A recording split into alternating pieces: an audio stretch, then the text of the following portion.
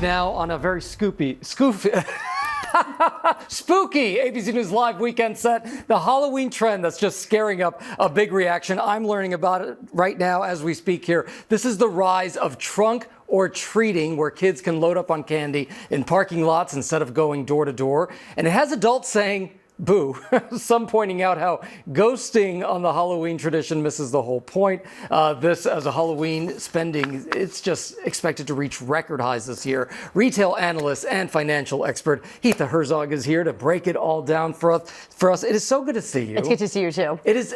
First of all, you were telling me about this, and I'm like, what is this trunk or treating? It's so fascinating. There's a little bit of a generational divide, though, between Gen Z and everybody else, because they're sort of saying trick or treating is kind of lame. Absolutely, yeah. And remember, growing up, we would go house to house. I lived in the suburbs. I grew up in New Mexico. I mean, I kind of lived in the very, very suburbs where there were a lot of houses around, but home to home. Now, and this was the advent of COVID, where everyone really couldn't go home to home, right? So they decided in one way they could just go to a parking lot, have people decorate their trunks of their car and hand out candy this way.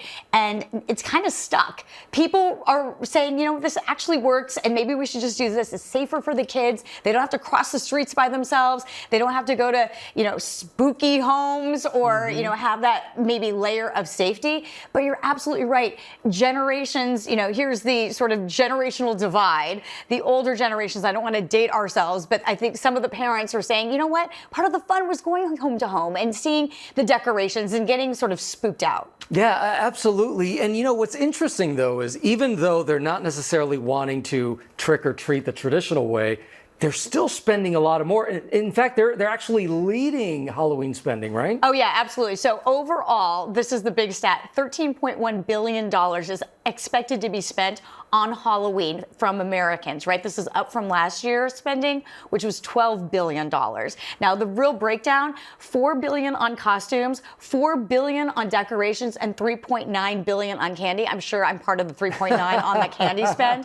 But really, parents are leading the charge, coming in at $445 on average. Again, I think I've spent that on my twins alone, but Gen Z specifically, and that's the younger generations, they are spending around $622. Wow. And we were talking about how, like, where is this money coming? Where is the spending coming from, right? Gen Z, they don't have a lot in savings, you know, given when they started working. It was right after the pandemic.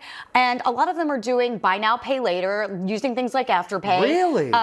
Financing that way, credit cards too, although Gen Z is really apprehensive. According to the study from Afterpay, they're saying about 49% of Gen Z are sort of icked out by credit cards. So these buy now, pay laters, or spending cash on trying to finance this spend on Halloween. What are they spending on? Oh, for Gen Z, costumes, decorations, but also experiences. So everything is kind of like your life is on social media, going to pumpkin patches, going so they want on the Instagrammable moment. Exactly. Yeah. So going on these trips upstate, fall leaves.